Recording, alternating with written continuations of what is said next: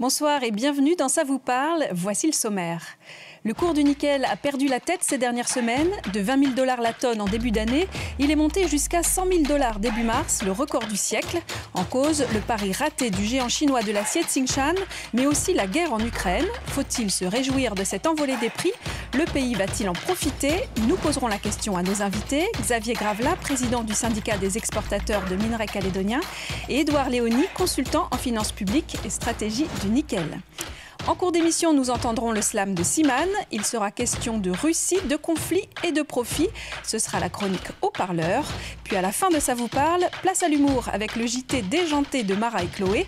Une vision incisive de cette actualité nickel. Vous entendrez notamment la réaction d'une présidente de gouvernement imaginaire.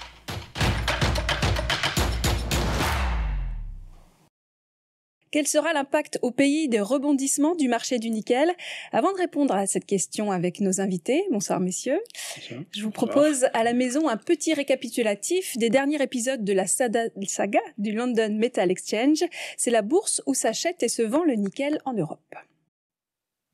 Au mois de janvier 2022, la tonne de nickel s'affichait à environ 22 000 $, un prix en hausse porté par la reprise économique après 2 années de Covid. 2 mois plus tard, le 24 février, la Russie attaque l'Ukraine. Au fil des jours, le conflit en Ukraine s'amplifie et le prix du nickel grimpe, jusqu'à 30 000 $ la tonne le 7 mars. La Russie est en effet le 3e producteur mondial de nickel, derrière l'Indonésie, les Philippines et devant la Nouvelle-Calédonie. Si un embargo était mis sur le nickel russe, les autres pays producteurs ne parviendraient pas à eux seuls à répondre à la demande mondiale. Les traders s'empressent donc d'acheter, jusqu'à emballer les marchés. Le 8 mars, le cours du nickel perd la tête et grimpe jusqu'à 105 000 $ la tonne, son prix le plus haut depuis plus d'1 siècle. Pour calmer le jeu, le LME décide de fermer temporairement les cotations du nickel. Au conflit en Ukraine s'ajoute en effet un pari raté du géant chinois de l'acier Tsingshan qui avait misé sur la baisse des cours. Un colossal loupé qui a contribué à l'emballement des prix. 8 jours plus tard, le 16 mars, le LME reprend la cotation du nickel, mais en instaurant des règles pour éviter un nouvel emballement. Le nickel ne pourra pas être acheté ou vendu 5% plus cher ou 5% moins cher que son prix à la clôture, soit environ 43 000 $ la tonne. Quelques jours plus tard, cette limite passe à 8%, puis 12%. Vendredi dernier, la tonne de nickel s'échangeait à près de 37 000 $ la tonne au LME.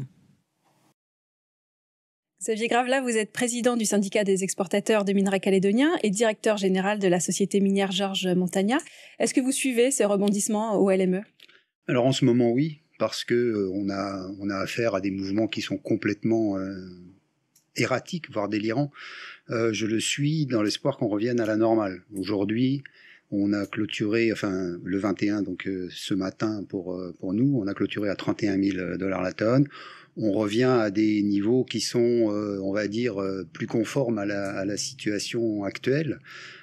Par contre, en temps normal, c'est pas quelque chose qu'on regarde tous les jours pour une simple et bonne raison, c'est que nous travaillons sur des moyennes trimestrielles et donc ce qui se passe en une journée n'a pas d'impact réel. Ces moyennes trimestrielles, alors c'est vrai qu'aujourd'hui, par rapport au cours spot, on a des moyennes trimestrielles qui sont plus basses, donc on pourrait être un peu frustré. Mais l'avantage de ça, c'est que quand le nickel tombe, parce qu'il va tomber, on a un effet amortisseur qui nous permet de retarder la baisse du nickel.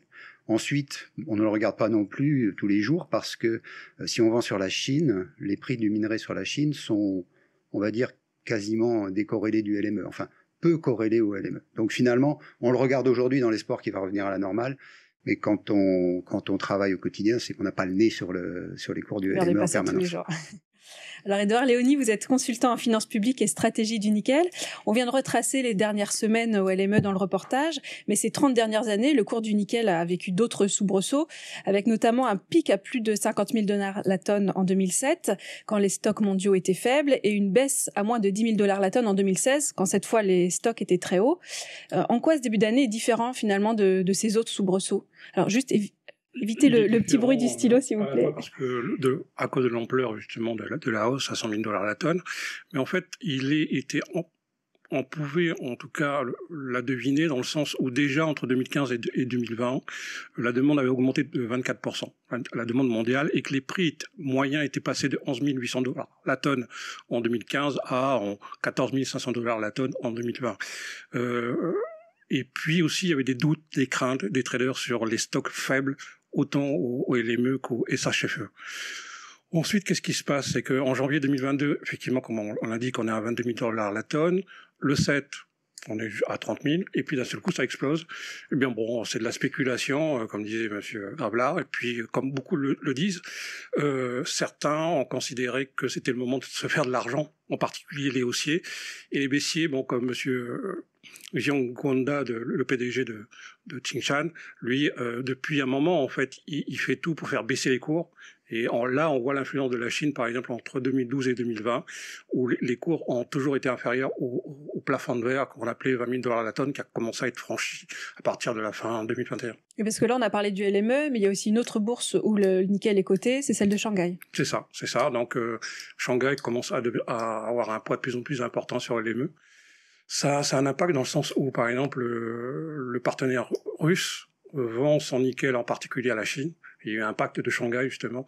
Et est-ce que l'embargo qui va être mis sur la société Nord-Nickel va avoir un impact? Oui ou non? En tout cas, le partenaire principal, c'est bien la Chine pour les Russes. Alors justement, le cours du nickel est lié à l'évolution de la guerre en Ukraine, puisque la Russie est le 3e producteur mondial de nickel, derrière l'Indonésie, les Philippines et devant la Nouvelle-Calédonie. Mais la Russie est aussi le premier exportateur de gaz naturel, le 2e pays exportateur de pétrole et le 3e pays exportateur de charbon. Ces matières-là sont aussi en hausse. Xavier Gravelat, quel est l'impact sur nos entreprises de cette hausse parallèle à celle du nickel ? Alors, je vais répondre à votre question, mais je voudrais apporter une précision par rapport à la question précédente. On parle de nickel à 100 000 $ la tonne, à 50 000 $ la tonne. Il faut bien avoir conscience qu'aucun gramme de nickel n'a été vendu à ce prix. Personne n'achète. Et même lorsque depuis que le LME a réouvert, les transactions sont extrêmement faibles. Ce que je dis, quand au mois de juillet vous avez le citron à 2000 francs le kilo au marché, vous achetez pas le citron. Et c'est ce qui s'est passé. Là on revient à 31 000, 30 000 $ la tonne. On va avoir probablement de nouveau des transactions, mais depuis l'emballement à 100 000, il y a pratiquement pas eu de vente ou d'achat de nickel. Oui, parce que le pays fonctionne avec des contrats où on s'engage pour 3 mois et du coup les prix... Ah non, je parle dans le monde. Mais même nous ici, je veux dire, on vend pas tous les jours du nickel au prix du LME, on s'engage sur des contrats à long terme. Oui, bien sûr. Mais ce que je veux dire, c'est que dans les transactions au niveau mondial de ceux qui ont à vendre du ferronickel et de ceux qui ont à en acheter, effectivement, j'ai un LME à 45 000 $ la tonne, j'ai du nickel, je le propose à la vente, je vais le vendre 25 000. Je vais jamais le vendre 45 000. Et c'est ce qui se passe en ce moment. Il y a pas, personne n'a échangé du nickel à 45 000 $ la tonne. 100 000 encore moins. Et pour les énergies fossiles, alors dans le prix? Alors pour les énergies fossiles, pour nous, pour la Nouvelle-Calédonie en général, parce qu'il n'y a pas que les mineurs, je veux dire, mais pour les mineurs, c'est un élément très important du coût. Pour les mineurs et pour les métallurgistes, pour tout le monde. Un élément très important du coût de revient et donc qui va peser énormément sur la rentabilité des entreprises. Fort heureusement, pas autant que l'embellie des cours du nickel, mais c'est quelque chose qui pèse et qui va peser lourd. Également le fret, puisque le fret également explose. Pour des problèmes de disponibilité de bateaux, pour des problèmes de coût des carburants. Donc on a vraiment des coûts de revient qui augmentent de manière très significative, et eux tout de suite. C'est ça, à titre indicatif, les énergies, c'est à peu près 30% du cash cost de KNS, par exemple. Est-ce qu'on peut dire ça? Je n'ai pas les chiffres précis, mais c'est de cet ordre-là. De cet ordre-là. Et dans la mine, c'est de l'ordre de 20-25% du prix. Du coût à peu près. Alors, on vient de voir que le cours du nickel est plus que jamais imprévisible. Il est lié à la guerre en Ukraine et au rôle clé que joue la Russie sur le marché des matières premières. Et justement, on va voir quelles pourraient être les retombées économiques pour le pays. Mais avant cela, on va écouter Simane qui nous propose un slam sur l'invasion de l'Ukraine par la Russie. C'est la chronique Haut-Parleur.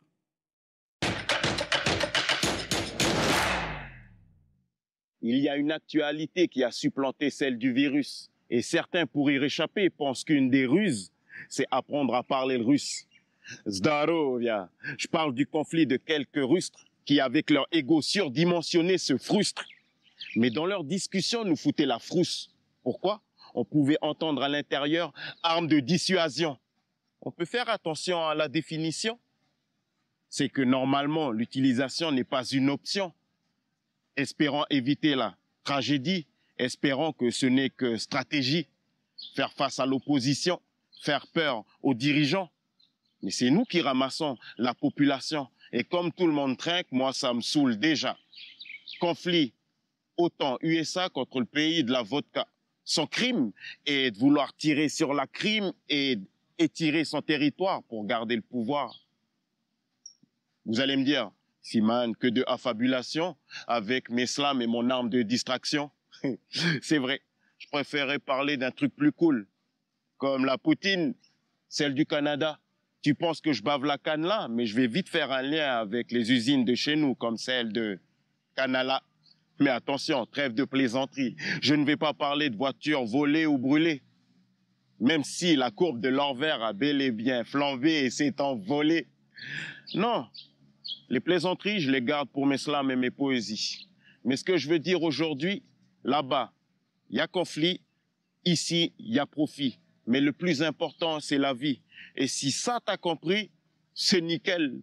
Le malheur des uns fait le bonheur des autres. Mais si tu penses que c'est bien, c'est peut-être que quelque part tu te votes. PS, faut dire à Elon Musk qu'il n'y a que les montagnes qui ne se croisent pas. Dédicace aux nôtres comme celle à Poya. Une réaction, messieurs, sur ce slam ? Sur la question quel est l'impact de l'envolée des matières fossiles, il faut préciser que par exemple le prix moyen du charbon en 2020 était de 58 $ la tonne et qu'il est passé en mars à 175 $ la tonne. Donc une multiplication par 3. Pour le pétrole, 40,8 $ la tonne. On est en mars en 2022, 110 $ la tonne, une multiplication par 2,6. Et pour le gaz, on est à 66 € par mégawatt. Ça pose problème parce que... Là, ça fait beaucoup de chiffres. Vous dites que En fait, il y a une multiplication par 3 du charbon, du pétrole, voilà, et une augmentation aussi du gaz. Et ça a un impact sur la Calédonie parce que le mix énergétique de la Calédonie, c'est 93% de fossiles et 3% d'énergie renouvelable. Et puis quand on rentre dans le détail, surtout sur la production d'électricité, bon, il y en a environ pour 3300 gigawatts, c'est 86% de fossiles. Donc là, il y aura véritablement un impact sur les prix, et en particulier sur les entreprises et sur le secteur nickel, qui dépend en grande partie de l'extérieur. Mais aussi pour la population. C'est-à-dire que déjà, depuis le 1er mars, les prix ont augmenté en ne tenant pas compte de l'augmentation due au mois de mars. C'est-à-dire qu'au 1er mars, on est passé de 151 à 159 pour l'essence, et pour le gazole, on est passé à 130 à 138. Donc ça veut dire que... dans les 2 à 3 mois, parce que là c'est le délai d'acheminement et puis les réserves stratégiques gérées par la DIMAC, il y aura une augmentation de l'essence et du gazole, ce qui posera des questions pour les personnes qui habitent à l'extérieur de Nouméa. Alors, on va en revenir au nickel, qui est notre sujet du jour. Justement, le cours du nickel est à la hausse. Est-ce que, malgré cette augmentation dont vous faites part des énergies fossiles, est-ce qu'on va voir la couleur des retombées de ce nickel en hausse ? Alors d'abord, je voudrais rebondir un peu sur ce que disait le slammer. Effectivement, est-ce que c'est une bonne nouvelle pour la Nouvelle-Calédonie, les cours du LME ? Ça, on ne sait pas trop si on doit s'en réjouir ou pas. Voilà, est-ce que c'est une bonne nouvelle de savoir qu'il y a des gens qui se font bombarder de l'autre côté de la planète ? Je suis pas certain. Maintenant, quelles vont être les retombées pour la Nouvelle-Calédonie ? D'abord, il faut savoir qu'une entreprise minière, c'est pas une entreprise qui embauche et qui débauche au gré du LME. Et donc, la première priorité quand les cours deviennent bons, c'est de ce que j'appelle remplir le carton à chaussures, c'est-à-dire de mettre de l'argent de côté. Parce que quand en 2015, 2016, 2017, on a perdu des centaines de millions, on a continué d'embaucher, nos sous-traitants n'ont jamais perdu leur travail, et ça, c'est parce qu'avant, on avait mis de l'argent de côté. Donc en ce moment, notre priorité, c'est ça. Et est-ce qu'on a la possibilité d'augmenter la production pour essayer de profiter de cette situation, de cette tendance ? C'est très difficile parce que, en fait, on a des capacités qui sont limitées. On peut augmenter, mais ça prend du temps. Et c'est pour ça également qu'il faut toujours, et c'est ce qui est très compliqué dans notre métier, c'est que c'est quand tout va mal qu'il faut investir. Parce que justement, si vous n'investissez pas quand tout va mal, et ben quand ça se retourne, vous n'avez pas les capacités de suivre. Est-ce qu'on l'a fait ? Pardon ? Est-ce qu'on l'a fait ? Est-ce que les entreprises ont pu investir ? Il y en a qui le font. Enfin, chacun. En tout cas, si vous avez été précautionneux, si vous avez été fourmi quand tout va bien, eh bien, vous pourrez, quand tout va mal, 1, maintenir l'emploi, 2, maintenir le travail de vos sous-traitants, et 3, investir pour maintenir ou améliorer l'outil de travail. Voilà. Alors, le risque quand les cours du nickel sont hauts, c'est que les acheteurs se reportent sur des matières un peu moins chères, notamment le pig iron, par exemple, qui est le nickel chinois qui est de moins bonne qualité, mais qui est moins cher. Est-ce que c'est un risque auquel on Il y a un pourrait risque faire... de substitution, c'est clair.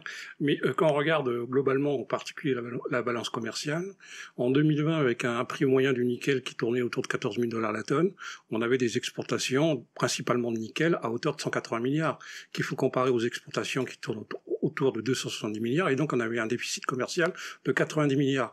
Imaginons que le cours il monte à 24 000 $ la tonne en moyenne, eh bien j'ai fait les calculs parce que en plus il faut intégrer l'augmentation du carburant et des produits chimiques. En matière énergétique, on dépend de l'extérieur à hauteur de 50 milliards par an. C'est les chiffres de 2020, auxquels il faut rajouter 10 milliards pour les produits chimiques en particulier. Eh bien on se retrouve quasiment à moins 30 milliards avec 24 000 $ la tonne. Par contre, si on continue, c'est-à-dire si on passe à 28 000 $ la tonne, là, on commence à dégager un excédent commercial. Alors là, je suis pas sûr que tout le monde à la maison arrive à suivre tous ces chiffres. Là, on dégage un excédent commercial. C'est-à-dire à partir de quel prix au niveau du LME $28 la tonne en moyenne. D'accord. Non, et donc, la question, c'est, là, pour la première fois, on pourra enfin dégager un excédent commercial, ou au moins être à l'équilibre, ce qui n'a jamais existé jusqu'à présent. Donc là, vous parlez des retombées économiques pour le pays, cette fois. Est-ce qu'on peut espérer... Alors, il faudrait que ça dure sur le long terme, cette embellie des cours. À partir de quand on peut imaginer des retombées économiques pour le pays ? Disons que, comme disait M. Graula, tous les Calédoniens savent qu'en fait les cours font des hauts et des bas. La question maintenant, c'est d'assurer par une structure des cours hauts. Alors, les cours hauts, c'est quoi ? C'est entre 25 000 et 35 000 $ la tonne. Alors, on pourrait, par exemple, imaginer une organisation internationale des pays exportateurs de nickel avec l'Australie, les Philippines et l'Indonésie pour influencer. Il y avait une mission technique du gouvernement en 2014 où l'Indonésie avait donné son accord pour cette organisation-là. La question à l'époque, c'était à la fois régler la question du transfert de compétences, qu'il faut une compétence pour signer des accords économiques avec des États hors Pacifique Sud, mais aussi il fallait régler en particulier la question du statut politique de la Nouvelle-Calédonie. Donc là, vous parlez d'une organisation qui se calerait sur l'OPEP avec les pays exportateurs du nickel, mais de pétrole, mais sur le mode du nickel. C'est vrai que maintenant que les cours sont hauts, on entend pas mal les partis politiques parler de nouvelles taxes sur le nickel. Est-ce que c'est quelque chose qui est envisageable pour vous ? L'organisation internationale, on n'a pas la même vision des choses. Bien sûr que dans un monde idéal, c'est bien, mais déjà l'Indonésie, elle exporte plus de minerais. Elle exporte que du nickel. Bientôt, elle va peut-être plus exporter de ferro-nickel non plus, c'est un pays où il y a 250 millions d'habitants, où on a la capacité de faire des usines, mais aussi des aciéries, donc d'avoir des très grosses unités de production. Donc l'Indonésie quasiment est pas concernée par ce sujet. Ensuite, nous, on pèse pas grand-chose. C'est-à-dire, ce qu'on exporte l'an dernier sur la Chine, c'est ce que les Philippines exportent en un mois. Donc on n'est pas du tout dans les mêmes proportions, ni avec les mêmes intérêts. Quant à nos exportations sur le Japon et sur la Corée, on est quasiment les seuls. La Corée, c'est 100% qui vient de Nouvelle-Calédonie, et le Japon, c'est l'essentiel. Il y a un tout petit peu des Philippines, mais pas grand-chose. Et comment faire pour que le pays, du coup, bénéficie de cette tendance haussière ? Alors, de toute façon, moi, mon point de vue, c'est que le marché du nickel restera erratique. Aujourd'hui, l'essentiel, la plus grande part du nickel est consommée par la Chine. Donc, de toute façon, c'est elle qui détient les règles du jeu, et c'est elle qui décidera de ce qui se passe. Et en Indonésie, vous avez des usines qui ont des coûts de revient qui sont à $4, $4,5. Donc, de toute façon, on sait très bien qu'à un moment ou à un autre, tout ça va se casser la figure. On ne sait pas quand. Moi, j'admire les gens qui font des prévisions, mais je constate, ça ne fait que 18 ans que je suis dans le nickel, je constate qu'une fois qu'on a passé en revue tous les paramètres, il y a toujours un truc qui n'était pas prévu. Alors aujourd'hui, il y a quand même des taxes qui sont en préparation sur le bureau du gouvernement et bientôt du Congrès. Une taxe à l'extraction, donc c'est-à-dire le minerai qui est extrait du pays, et une taxe à l'exportation. Est-ce que le contexte pourrait accélérer ces textes ? Est-ce qu'ils pourraient voir le jour ? Ou est-ce que justement vous considérez que c'est compliqué, il va y encore avoir des imprévus de toute façon, il y aura des imprévus. Ensuite, dire que on peut améliorer les rentrées fiscales sur l'industrie du nickel quand elle en a les moyens. Je suis calédonien, je suis d'accord. Il n'y a pas de problème là-dessus. Ce qu'il faut, c'est trouver les bons curseurs. Parce que n'oublions pas quand même qu'on a des mineurs, dont certains ne perdent pas d'argent ou en gagnent. On a 3 usines qui perdent des milliards. Donc, c'est un sujet qui est complexe. Pour autant, nous sommes, quand je parle de nous, le syndicat des exportateurs, et depuis les années Anne Lutilleul, etc., on a déjà travaillé là-dessus pour faire des propositions, et je pense que c'est indispensable. Mais pour autant, le fonds pour les générations futures dont on entend parler depuis longtemps, qu'est-ce qui fait qu'il peine à voir le jour? Est-ce que là, le fait que le nickel soit à la hausse, est-ce que c'est pas l'occasion de concrétiser Alors, il faut...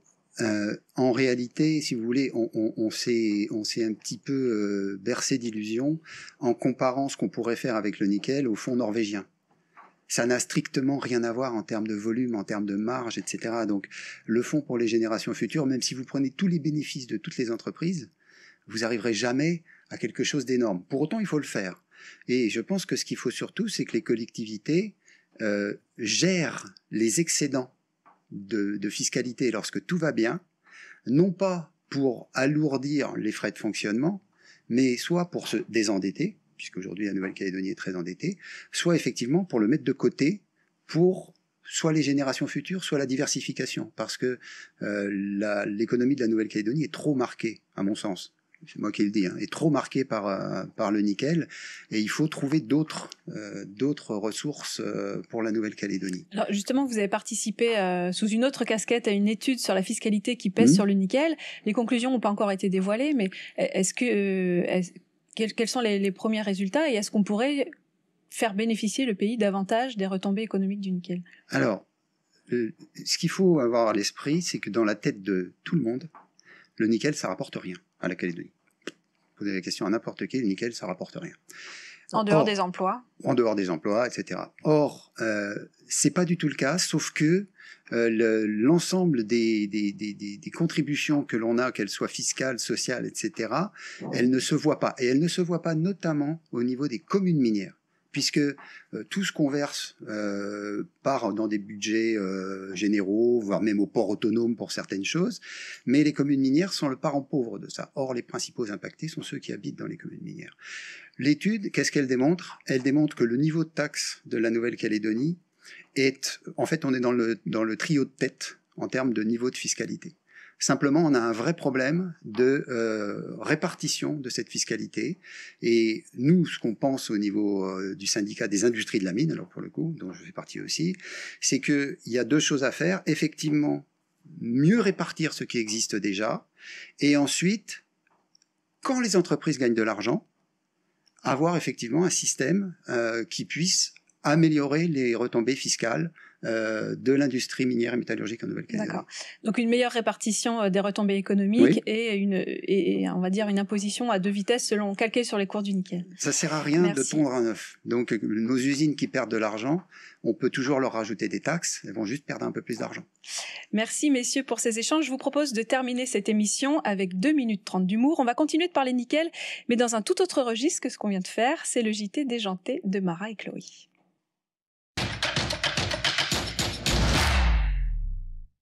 Bonsoir à tous. Il y a 2 semaines, le prix du nickel a explosé les records du jamais vu. Il a dépassé les 105 000 $ la tonne. Nous avons pu recueillir les impressions de la présidente du Caillou. Non, Cucus, 105 000 $ la tonne. Ça fait combien ça fait ça? Kevin, elle est où ma calculette? Déjà, mon agrafeuse. C'était un roc la dernière fois, j'ai jamais revu la couleur. Madame la présidente, une réaction peut-être sur le cours du nickel? Bah du coup, je sais pas ça fait combien, hein. Mais bon, en tout cas, c'est une très bonne nouvelle pour ma bande. Pour toute la Calédonie, pour tous les Calédoniens. Alors justement, nous sommes en direct avec un Calédonien. Non mais là, les calculs sont pas bons, Kevin. Hein. Regarde, moi ce matin, je suis allé faire les courses. C'est moi qui suis allé parce que la vieille, elle est en dialyse au Medipôle. J'ai acheté quoi? J'ai acheté une boîte de Sunshine, une petite boîte de sardines, ça c'est pour mon petit dernier, il adore ça, c'est vraiment son petit péché mignon. J'ai acheté quoi? Un paquet de riz. Un paquet de sao, arrivé à la caisse, 50 000 balles. Bon ben, obligé de larguer les courses, hein. J'étais obligé d'aller faire un crédit à la banque. C'est vrai qu'en ce moment, c'est plutôt l'inflation qui se fait sentir. Les retombées, c'est pas vraiment pour tout de suite et pas vraiment pour tout le monde, hein. On va pas se mentir. D'ailleurs, nous étions justement en visio avec Angèle Sum, l'ex-PDG de Trafigura, quand le cours du nickel s'est envolé. Regardez plutôt. 105 000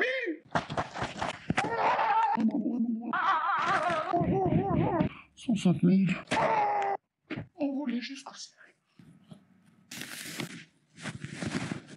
Oula, effectivement, ça va pas pour tout le monde. À ce sujet, nous sommes allés pour vous au plus près du site d'exploitation nickel, voir ce qu'en pensent les riverains. Monsieur Justin Peder, une augmentation de la demande impliquerait une augmentation de la production, c'est ce que vous m'expliquez hors antenne. Justin? Monsieur Peder? En tout cas, pour lui, c'est sûr, les retombées auront été immédiates. Avant de nous quitter, nous avons pu avoir en exclusivité une interview du plus gros consommateur de nickel, le constructeur de véhicules électriques et de fusées, Elon Musk. Elon Musk, ça risque d'être un peu dur pour vos affaires, là, non? Oh, vous savez, le fric j'en ai, je ne sais plus quoi en faire. Je me torche le moulet avec des billets de $100. Je cale mes portes avec des lingots d'or. Mes fenêtres sont en diamond brut. Alors, 1 0, 2 0, 3 0 en plus. Qu'est-ce que c'est finalement? Ah oui, effectivement, la réalité n'est pas la même pour tout le monde. Merci à vous tous de nous avoir suivis. Je rends l'antenne. Une réaction, ça vous fait rire, Edouard Léonie? Oui, ça fait rire. Disons que la question, c'est de comprendre qu'en fait, si on ne bouge pas, si on ne fait rien, la situation va empirer. L'occasion de la remontée des cours du nickel nous permet en fait de déterminer une nouvelle politique stratégique du nickel. Bon, on la partage pas, c'est évident, mais il est clair qu'il est temps de mettre en place cette redevance minière. Ça fait 30 ans qu'on l'a pas mis en place. Toutes les déclarations de politique générale des gouvernements, des 16 gouvernements et des 10 systèmes ont voulu la mettre. Il faut le faire maintenant, c'est le moment. Merci messieurs d'être venus sur le plateau de Ça vous parle. Merci à vous à la maison de nous avoir suivis. Rendez-vous mardi prochain pour un nouveau numéro. Restez avec nous, la soirée continue sur Calédonia. À 19h55, retrouvez votre magazine Zone Interdite. Bonne soirée.